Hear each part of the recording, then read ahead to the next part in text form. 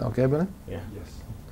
We were talking about the aspects of location filming, and I had mentioned that I had developed somewhat of a reputation of a director of photography, cinematographer, if you will, who was able to handle large location motion pictures.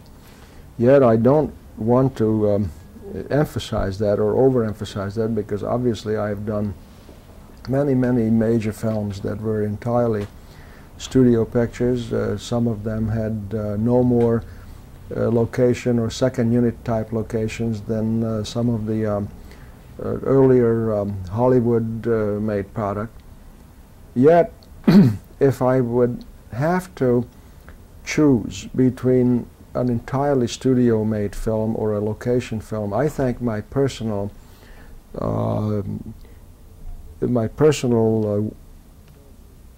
abilities or desire would be to do the location film.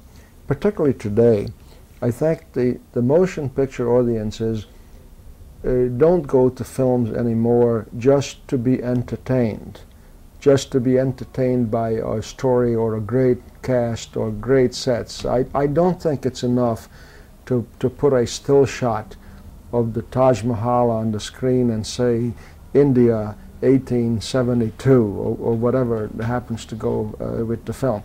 I think people want to go to India. I think people want to see that part of the world. It's available, planes go there, and a lot of people travel.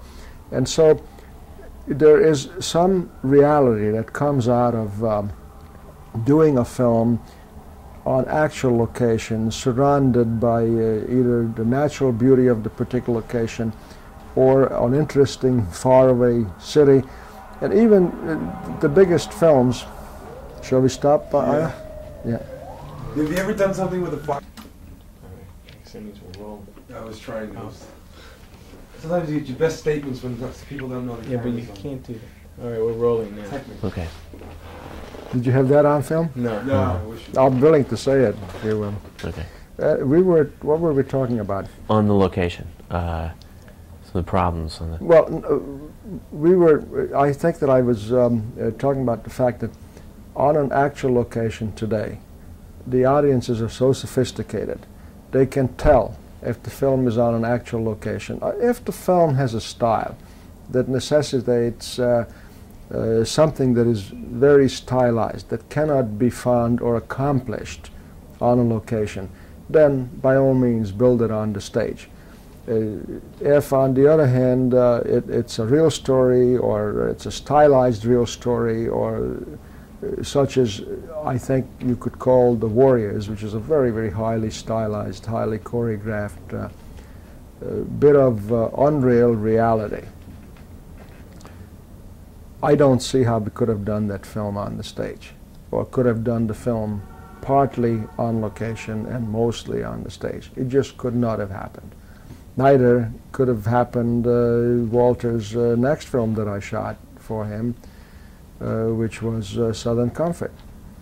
Southern Comfort takes place entirely in a swamp. And I think the beauty comes, the beauty of that film comes from that wonderful look that the swamp, which was, in my opinion, as big a star as any of the people in the cast of that film. You've enjoyed a creative collaboration with Walter Hill on The Warriors and Southern Comfort. What is your on-the-set relationship like in terms of setups and composition? Well, it's strange that you should pick Walter Hill and ask this question with regard the collaboration, the relationship that exists between the two of us. In all these years in the business, having worked with as many directors as I have, and very great directors and talented directors, perhaps the greatest the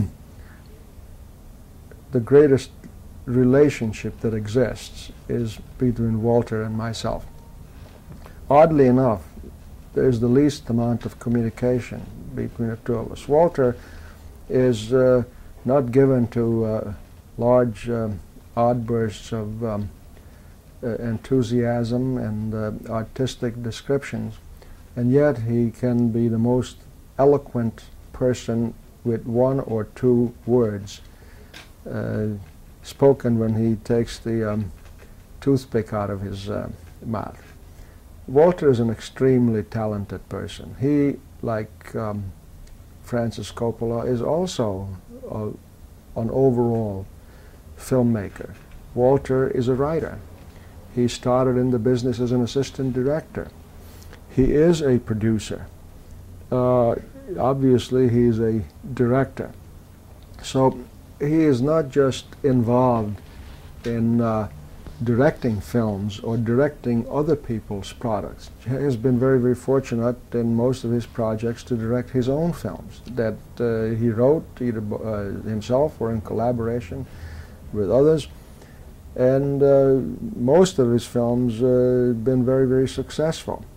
But it's very, very rare, frankly, for a cinematographer to come upon a director with whom such a great relationship exists. A director that one can admire as greatly as I admire Walter and his style, and not only as a style as a director, but as admire him as a person and as a friend. And particularly in the United States, this is very difficult because a director will start a film, the cinematographer will come on, the photography is finished, the cinematographer leaves, the director stays to finish the film comes out, the director gets on the next project, calls the cinematographer, he's not available.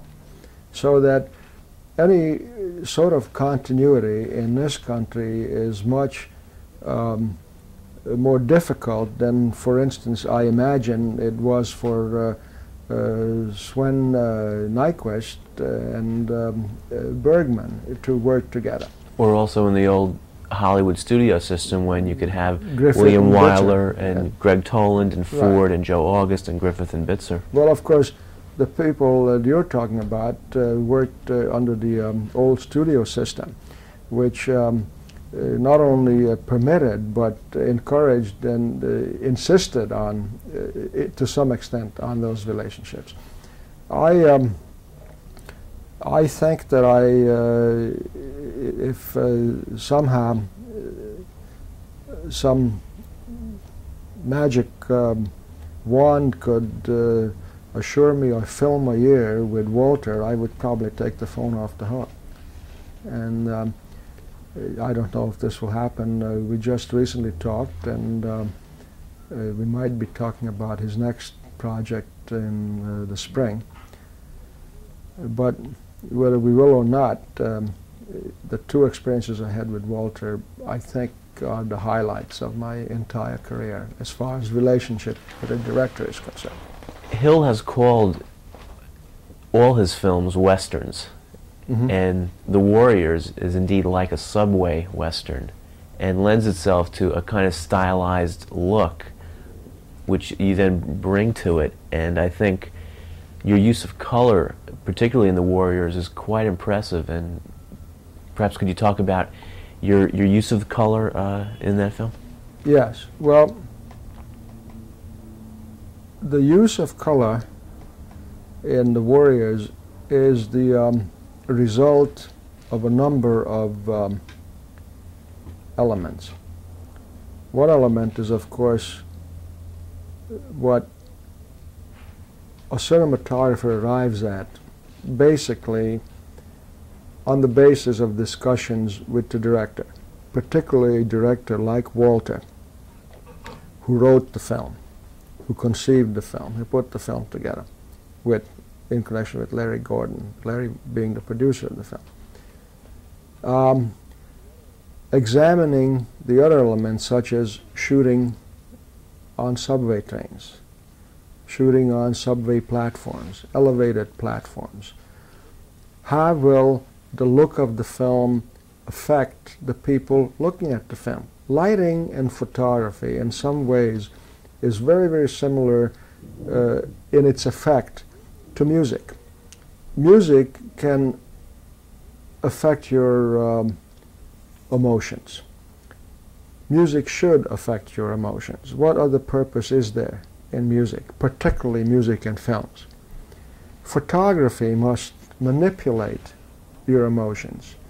If I, in some way, can make you feel good or make you feel bad, without you being able to point to any one element on the screen and just not know why you feel bad or why you feel good, I had achieved my purpose.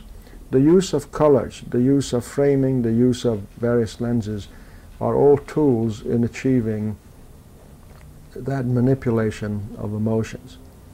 In connection with the Warriors, a basic problem came up right from the outset, long before we started filming, long before we even went to look at some of the locations. Having been to some of these locations, having shot on subways, having shot on subway stations, we knew that we will not be able to control the lighting to a great extent in the subway car.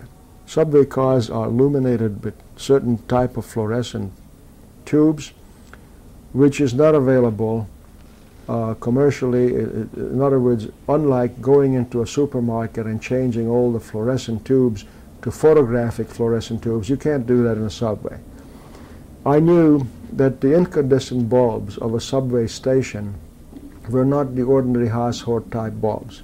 They are in series of 5. If one goes out, all 5 goes out. They are low voltage, low wattage bulbs, which makes them very, very red when you photograph it.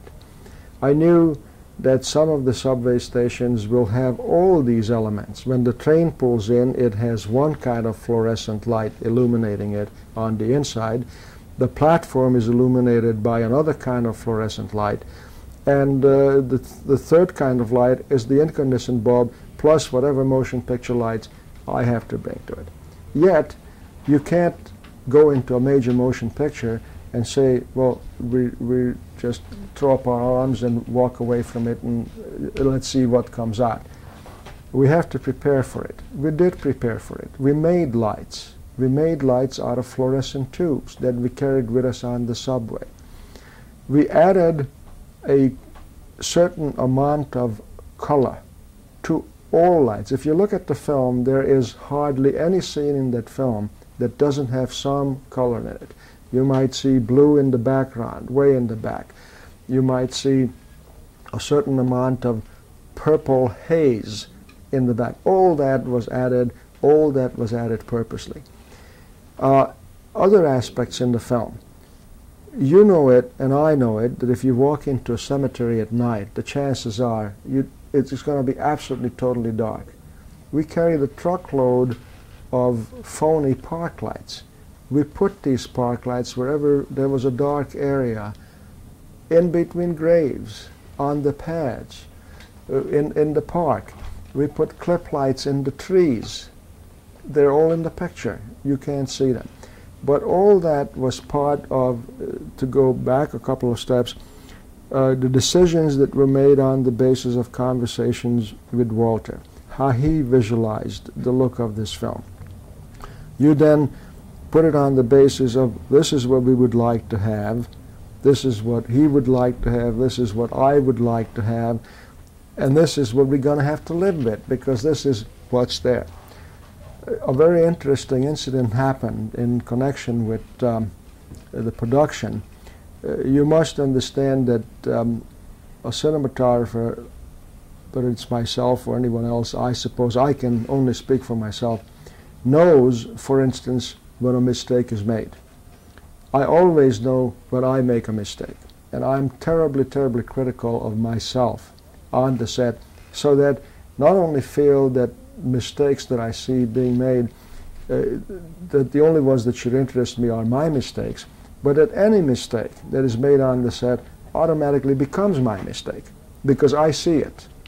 Yet at times there's not much that you can do about it. So by the time I go to dailies, I can be quite, if not upset, at least apprehensive about seeing these mistakes. And of course you see the mistakes pointed up because you don't see that piece of film in context of the overall movie. You see it over and over again in the takes. You see it in the long shots. You see it in the close shots. You see it on A camera. You see it on B camera. And by the time the dailies are over, you can be quite devastated by all the mistakes you see that you knew you made, and some that you didn't know you made, and some that somebody else made. You also can be locked into a mental image that cannot be executed the way you had hoped it would be executed in the course of the photography.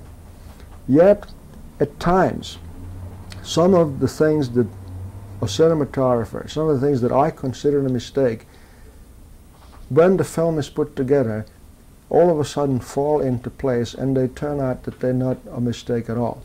In fact, one day after dailies, instead of the lights coming on, the screening room remained dark, and on came about a 15-minute promo that Paramount put together to show to their salespeople, or have rather salespeople show around to exhibitors. And all of a sudden, I didn't know this was being made. All of a sudden, we saw a little movie. We saw a movie with continuity, with only the important shots and all the outtakes eliminated. We saw it with the continuation of sound. We saw it with some optical effects.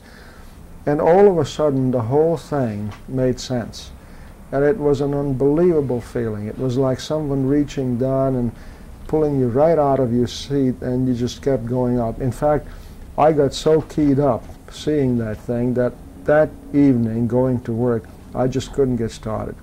And then I realized that Walter couldn't get started. He was affected the same way.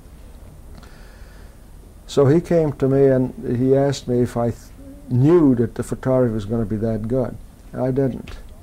And I said that. And that was the time when the thought occurred to me that if one would approach an artist in the middle of painting a canvas and would say, well, would you mind explaining to me why you did what you just did, whatever it was, use a wider brush than you normally use, or use less paint on it.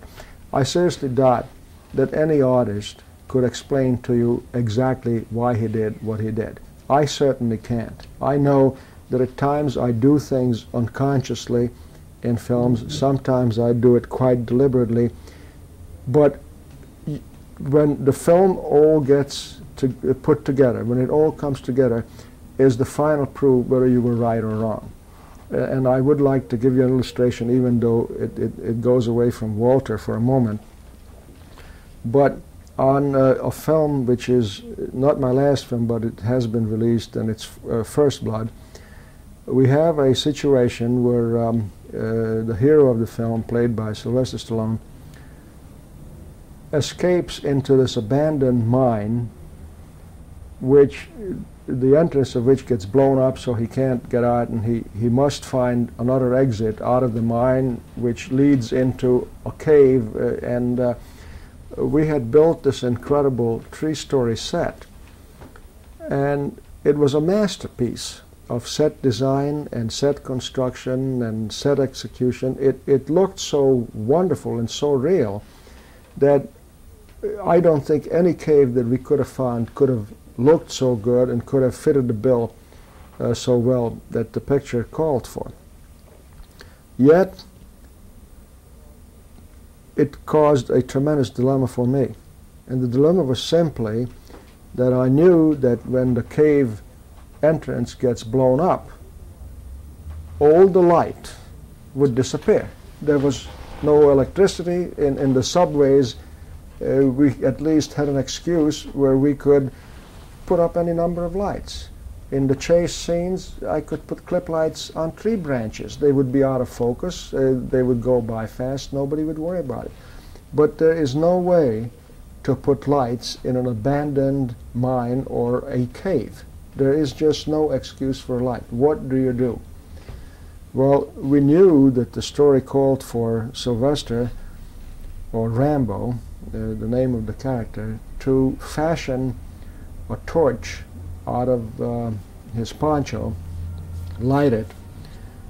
And my dilemma was, being an innovative photographer, trying to do new things, new ways, is, should I photograph this with lighting the scene with the torch alone?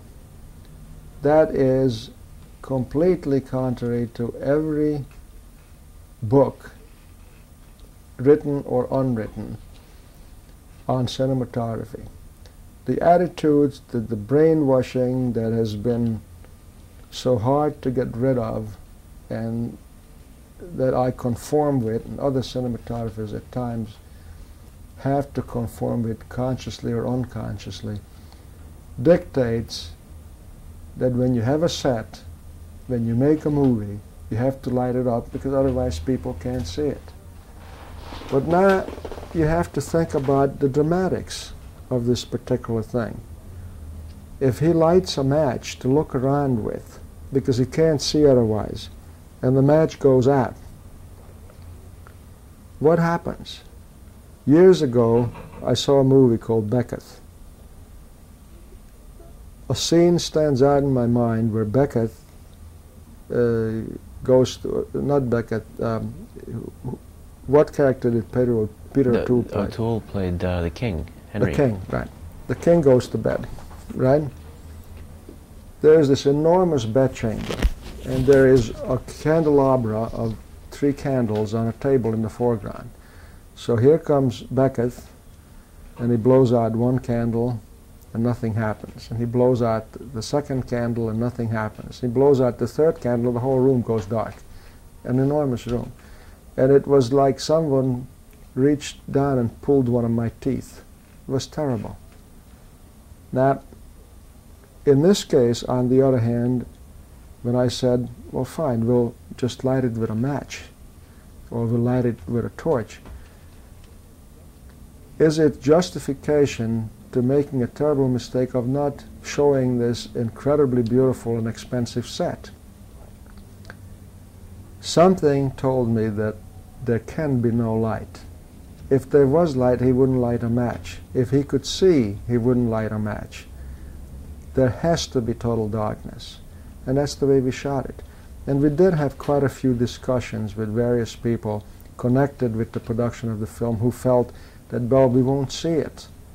And I said, you will see it. When he comes in with that torch at this side of the set, we'll see that side of the set. And when he walks through, we'll see all the parts where he does walk through, and it'll be very interesting.